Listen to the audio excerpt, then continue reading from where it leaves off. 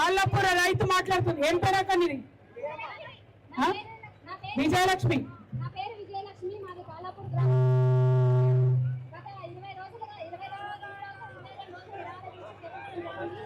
మేము శాంతియుతంగా చేసుకుంటున్నాం, అది ఎక్కడ కూడా చేయట్లేదు. మేము శాంతియుతంగా మా ఊర్లోనే చేసుకుంటున్నాము. అయితే మేము నిరాహార దీక్ష చేపట్టడానికి ముందు మేము విశారద మహారాజ్ అన్నన్ గారికి తెలపడం ద్వారా ఆయన మాకు అయితే ఫస్ట్ మాకు ఏం చేయాలో తోయలేదు. అసలు ఇట్లా భూములు తీసుకుంటారంటే మేము ఏం చేయాలో అన్ని పార్టీలకు అతీతంగా ప్రతి ఒక్క నాయకుడు కూడా మా ఊరు గ్రామ ప్రజలందరూ కూడా కలిసికట్టుగా ఉండి ఎవరి నాయకులకు వాళ్ళు అడిగిన తర్వాత మా విశారద అన్న గారు మాకు ఒక దేవుళ్ళగా వచ్చిన రోజు విశారద మహారాజు అన్నగారు వచ్చిన తర్వాత మాకు కొంచెం ధైర్యం వచ్చింది. ధైర్యం వచ్చిన తర్వాత మేము ఎట్లాగో నిరాహార దీక్ష ఎంతకైనా పోరాడదామని చెప్పి మేము కూర్చున్నాము. అక్కడ కూర్చున్న తర్వాత 2 రోజులు కూర్చున్న తర్వాత 3వ రోజు మళ్ళీ వినతి పత్రం ఇద్దామని అందరం వెళ్ళి ఇద్దామని చెప్పి ఫస్ట్ ఇచ్చేసి వచ్చినాము. అదే దానికి రెస్పాండ్ ఇవ్వలేదు కాబట్టి మళ్ళీ మేము 3వ రోజు నిరాహార దీక్షలో కూర్చొని మళ్ళీ వినతి పత్రం ఇవ్వడానికి కూడా ర్యాలీ ద్వారా మేము వెళ్ళాము. వెళ్ళిన తర్వాత మమ్మల్ని బస్ స్టాండ్ దగ్గరనే మమ్మల్ని పోలీసు వాళ్ళు అడ్డుకోవడం జరిగింది. అడ్డుకున్నా కూడా మేము వినకుండా సరే ఎంతకైతే తగ్గిస్తాం, మేము శాంతియుతంగా చేస్తున్నాం సార్ అని వేడుకున్నాం. వాళ్ళ కాళ్ళ మీద కూడా పడ్డాం. అసలు పోలీసు వాళ్ళకి ఇంత కనికరం లేదు మా మీద. ఎంత బాధ పడుకుంటా ఎంత రోడ్డు మీద కాలుతుంటే రోడ్డు మీద వండుకున్నాం. మా గ్రామ సర్పంచ్ని ఇంకా 2-3 గ్రామస్తులను కూడా మాజీ సర్పంచ్ని ఉప సర్పంచ్ని మరియు ఇతర గ్రామస్తులను 2-3 బండ్లో అరెస్ట్ చేసిరు. బండ్లో వేసుకున్న తర్వాత ఏం చేయలేదు, మాకు ఏం చేయాలో తోయక మేము ఆడపిల్లలు ఏం చేసినామంటే అక్కడ ఇక్కడ బండ్ల ఆపేయడానికి అక్కడిక్కడ పండుకున్న తర్వాత కొద్దిసేపటికి వదిలిపెట్టేసారు. మేమైతే మిమ్మల్ని ఏమంటలే, మిమ్మల్ని శాంతియుతంగా చేసుకుంటూ పోతున్నాం కాబట్టి మేము వినతి పత్రం ఇవ్వడానికి పోతున్నాము, దయచేసి మమ్మల్ని విడిచిపెట్టండి అని వాళ్ళ కాళ్ళు మొక్కిన తర్వాత కొద్దిసేపటికి వదిలిపెట్టారు. అదే విధంగా డైరెక్ట్ వెళ్ళి ఎంఆర్ఓ దగ్గర కూడా వినతి పత్రం ఇవ్వడం జరిగింది. ఆమె 2 రోజులలో చెప్తా కాబట్టి దయచేసి మా గోడు విని మా భూములను మాకు ఇప్పించగలరని కోరుతున్నాం. కలెక్టర్ మాత్రం ఖచ్చితంగా ఇక్కడికి రావాలి. దయచేసి ఇంత దూరం మా బాధ ఎట్లా వస్తున్నామో ఎంత ఎండలు పట్టుకొని ఆడ ఈడ పడి మా పిల్లలు నిడిచిపెట్టి నిద్రారాలు మాది తిండి తిప్పలు లేకుండా కాబట్టి మా బాధను అర్థం చేసుకోవాలి. జై తెలంగాణ. ఈరోజు ఇక్కడ వికారాబాద్ దగ్గరికి అదేవిధంగా డిఎస్పీ పార్టీ అదే జాగృతి డిఎస్పీ అధ్యక్షులు మన విశారదన్న గారు, కవితక్క గారు ఇండస్ట్రియల్ పార్క్ కోల్పోతున్న రైతులకు చాలా సంతోషకరం. మీరు రావడం వల్ల అదేవిధంగా అన్న రావడం వల్ల అదే గ్రామ మండలం పట్టచంగారం గ్రామంలో 237 ఎకరాలు ఈ రోజు పట్టభూమి అవుతుందన్న. సంవత్సరం పొద్దు 3-4 పంటలు చేసుకునే విధంగా ప్రతి రైతుకు 4 బోర్లు, అదేవిధంగా ఆవులు గేదెలు ప్రతి ఒక్కటి ఉన్నాయి. ప్రతి ఒక్క రైతు చుట్టూ లేకుండా ఈ రోజు నాకు 3 ఎకరాల 26 గుంటల భూమి ఉంటే 3 ఎకరాల 26 గుంటల భూమి అవుతుంది. మాకు ఆధారం లేదు, వేరే విధంగా వేరే ఆధారం లేదు, వేరే వనరు లేదు. కాబట్టి పట్టచంగారం గ్రామంలో ప్రతి ఒక్క రైతు భూమి మీదనే ఆధారపడి ఉంది. కాబట్టి మా భూములు మాకు ఇప్పించాలి.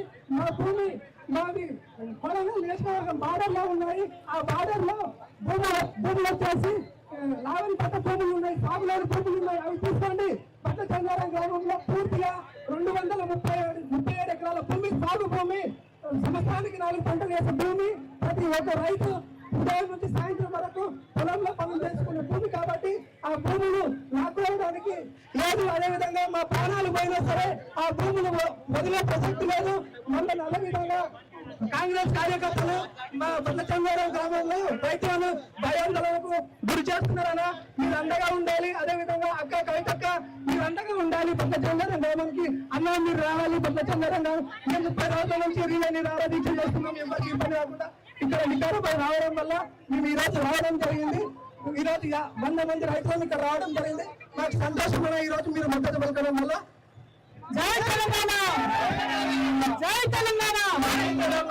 ఇవాళ ఈ ప్రభుత్వం పరిగిలో, మరి కాళ్ళపూర్లో, అట్లనే రాపాలలో, మరి పక్కన ఉన్నటువంటి బట్లచంగారంలో, అట్లనే అనేక గ్రామాలలో, మరి కల్వకుర్తిలో, కుర్మితలో ఇప్పుడే నాకెవరో చూపిస్తున్నారు. రైతులు ఇక్కడ అక్కడ కాదు, మనం ఇక్కడ వికారాబాద్ లో ఎండలో కూర్చొని ధర్నాలు చేస్తున్నాం, ఆందోళన చేస్తున్నాం. అక్కడ నిజామాబాద్ లో కూడా పసుపు రైతులు కూర్చొని వాళ్ళు అక్కడ ఆందోళన చేస్తున్నారు.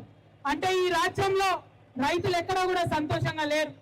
ఉంటే కష్టపడి పంట పండిస్తే పండినటువంటి పంటకు గిట్టుబాటు ధర లేక ఒక కాడ రైతు బాధపడుతున్నాడు, రుణమాఫీ కాక ఇంకొక కాడ రైతు బాధపడుతున్నాడు, యూరియా దొరక్క ఇంకొక కాడ రైతు బాధపడుతున్నాడు, అర్ధరాత్రి కరెంట్ ఇచ్చి ఇంకొక దగ్గర రైతును బాధపెడుతున్నారు. అన్ని పంటలకు బోనస్ ఇస్తామని ఓన్లీ సన్నవెడ్లకే బోనస్ ఇచ్చి అన్న కూడా సగం సగం ఇచ్చి అక్కడ ఇంకొక దగ్గర రైతు బాధపడుతున్నాడు. మరి రైతు ఆ రకంగా బాధపడుతుంటే ఎంతో ఇంతో 1 ఎకరమో 2 ఎకరాలు చిన్న సన్న రైతులు పేద రైతులు వాళ్లకు ప్రభుత్వాలు చాలా ఏళ్ల కింద ఇచ్చినటువంటి భూములను ఇప్పుడు మళ్ళీ ఈ ప్రభుత్వం లాక్కోవడం అంటే నిజంగా కూడా నోటికాడి బుక్క గుంజుకున్నట్టే. ఆ పాప ముట్టిగానే వాళ్ళు ఈ కాంగ్రెస్ పార్టీని కాల్చి బూర చేసేంత వరకు కూడా రైతుల గోస వాళ్ళకు తగులుతుందని ఈ సందర్భంగా నేను తెలియజేస్తున్నాను. మరి పరిగిలో ఈ 2 గ్రామాల్లో 1200 ఎకరాలు ఇండస్ట్రీలు పెట్టుకుంటామని తీసుకుంటున్నారు, కంపెనీలు తీసుకొని వస్తారట.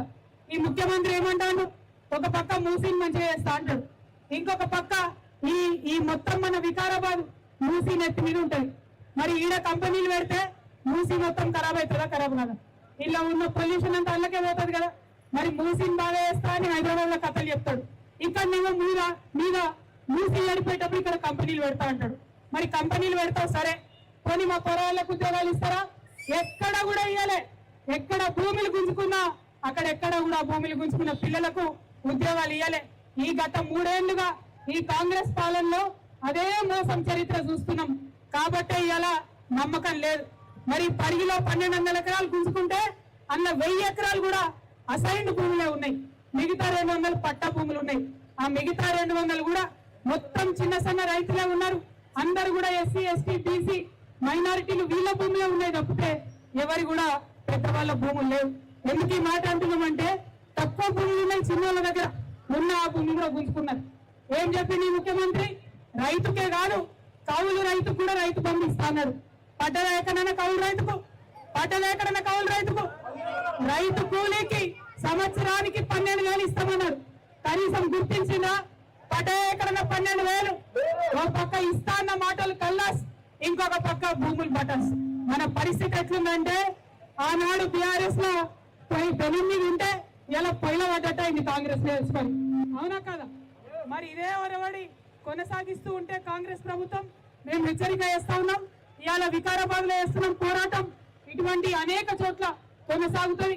ఎక్కడెక్కడ రైతు భూమిని గుంజుకునే ప్రయత్నం చేస్తే అక్కడక్కడ తెలంగాణ జాగృతి ధర్మ సమాజ్ పార్టీ మేమిద్దరం కూడా కలిసి వస్తాం. ప్రతి చోట రైతుకు అండగా నిలబడతాం. రైతు భూమిని గుంజుకుంటే చూసుకుంటా ఊరుకోం. ఇంకెన్నో రోజులు కాదు, కరెక్ట్ 10 రోజులల్లా మన ప్రాంతానికి ఒక కొత్త ప్రాంతీయ పార్టీ జాగృతి ఆధ్వర్యంలో రాబోతా ఉంది. ఇవాళ 15వ తారీఖు 25వ తారీఖు నాడు కొత్త పార్టీ వస్తుంది. ఇవాళ ఎట్లయితే ఉద్యమాలు చేస్తున్నామో రేపటి నాడు ఆ పార్టీ కూడా మీ పక్షాన నిలబడే ఉద్యమం చేస్తుంది. మీకోసమే కలిసి వస్తా ఉన్నాం. మీ అందరినీ కోరేది ఒకటే, పిడికిలెత్తండి, ధైర్యంగా